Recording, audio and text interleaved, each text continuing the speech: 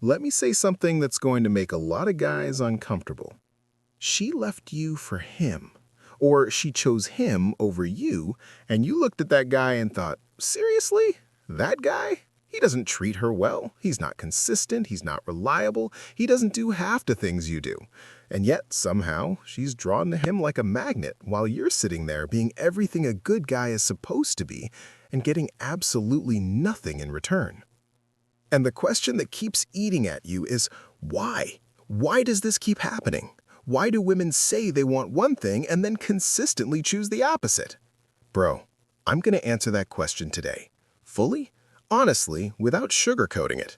And I promise you, by the end of this video, you're not going to be angry at women. You're not going to be angry at bad boys.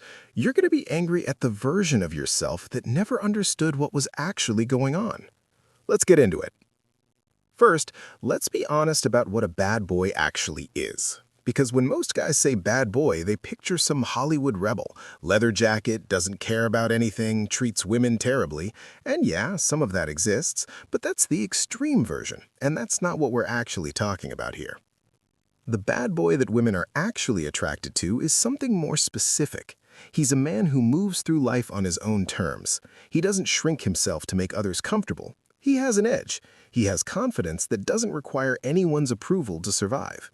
He's unpredictable enough to be interesting, and he doesn't need her, or anyone, to feel complete. That's what she's actually responding to, not the disrespect, not the inconsistency, not the emotional unavailability. Those are side effects of his personality, and yes, they cause real damage, but the core of what attracts her, that part is actually worth understanding. Number 1.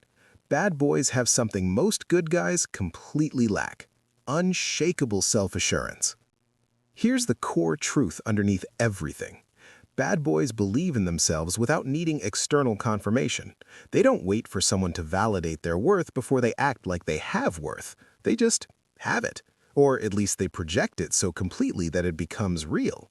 And the nice guy, too often he's running on conditional confidence. He feels good about himself when things are going well and falls apart when they're not. His self-esteem is tied to outcomes, to her responses, to whether she texted back, to whether she smiled at the right moment. She can feel that dependency. And dependency, no matter how sweet, no matter how well-intentioned, does not create attraction.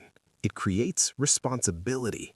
And nobody wants to be responsible for someone else's self-worth.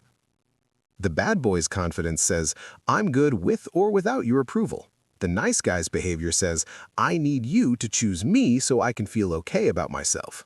One of those is attractive. You already know which one. Number 2, bad boys create tension, nice guys destroy it. Pay attention here because this is the piece that most guys never figure out. Attraction is not comfort. Let me say that again.